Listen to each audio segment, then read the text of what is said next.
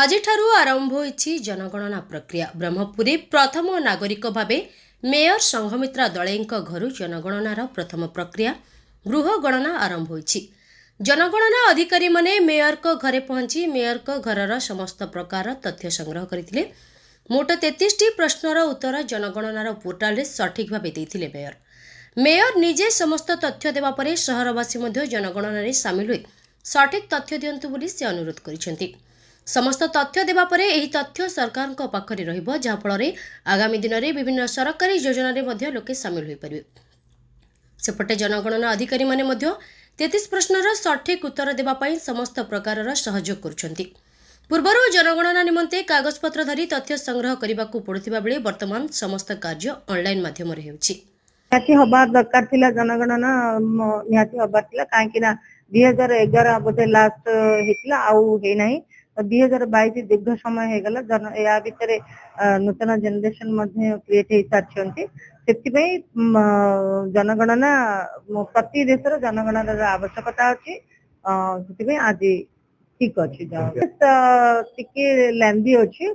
33 ପ୍ରଶ୍ନର ଉତ୍ତର ଏବଂ ତା ସହିତ ଯେହେତୁ ଏଇଟା ବର୍ତ୍ତମାନ ମାନେ ସୋସିଆଲ ମିଡିଆରେ ଜନଗଣନା ଇଏ କରାଯାଉଛି, ମାନେ ଆପ୍ ଜରିଆରେ ଆପ୍ କୁ ଡାଉନଲୋଡ କରିବା, ତାପରେ ତାକୁ ପ୍ରତି ଫ୍ୟାମିଲି କୁ ଦେଇକି ଆପ୍ ରେ କରିକି 33ଟା ପ୍ରଶ୍ନ ଉତ୍ତର ଦେଲା ବେଳେ ହୁଏତ ଏଇଟା ଟିକେ ସମସ୍ୟା ତିଆରି ହେଇପାରେ, କିନ୍ତୁ ଯୋଉମାନେ ଅଛନ୍ତି ସହଯୋଗ କରିବାକୁ ଅଫିସର୍ସ ମାନେ ମଧ୍ୟ ଅଛନ୍ତି। ଗୋଟେ କଥା, ଆୱାରନେସ୍ ପ୍ରୋଗ୍ରାମ କରିବାର ଆବଶ୍ୟକତା ନିହାତି ଭାବେ।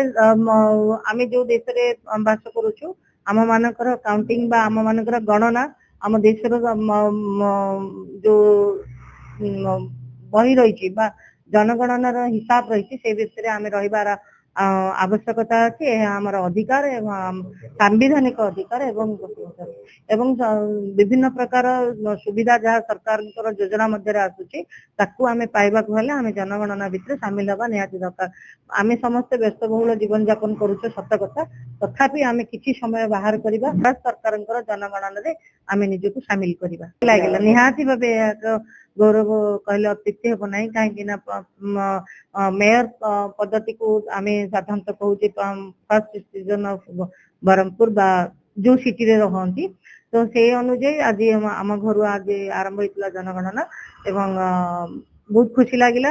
ଯାହା ହଉ ଆମେ ଆମ ନାଁଟିକୁ ଜନଗଣନା ଭିତରେ ସାମିଲ କଲୁ। ମୋ ନାଁ ହୃଷିକେଶ ପଣ୍ଡା। ମୁଁ ବର୍ତ୍ତମାନ ଚାର୍ଜ ଅଫିସର ହିସାବରେ ମୁଁ ଆପଏଣ୍ଟମେଣ୍ଟ ପାଇଛି। ଆଉ ବର୍ତ୍ତମାନ ଆମକୁ ଆଜିଠୁ ଆମର ଆରମ୍ଭ ହେଲା ସେଲ୍ଫ ଏନୁମରେଟର କାମ ଆରମ୍ଭ ହେଲା ଏବଂ ଆମେ ପ୍ରଥମେ ଆମର ମେୟର ହେଉଛନ୍ତି ଆମର ବ୍ରହ୍ମପୁର ପ୍ରଥମ, ତେଣୁ ଆମେ ପ୍ରଥମେ ମେୟରଙ୍କ ପାଖକୁ ଆସିଲୁ, ତାଙ୍କୁ ରିକ୍ୱେଷ୍ଟ କଲୁ।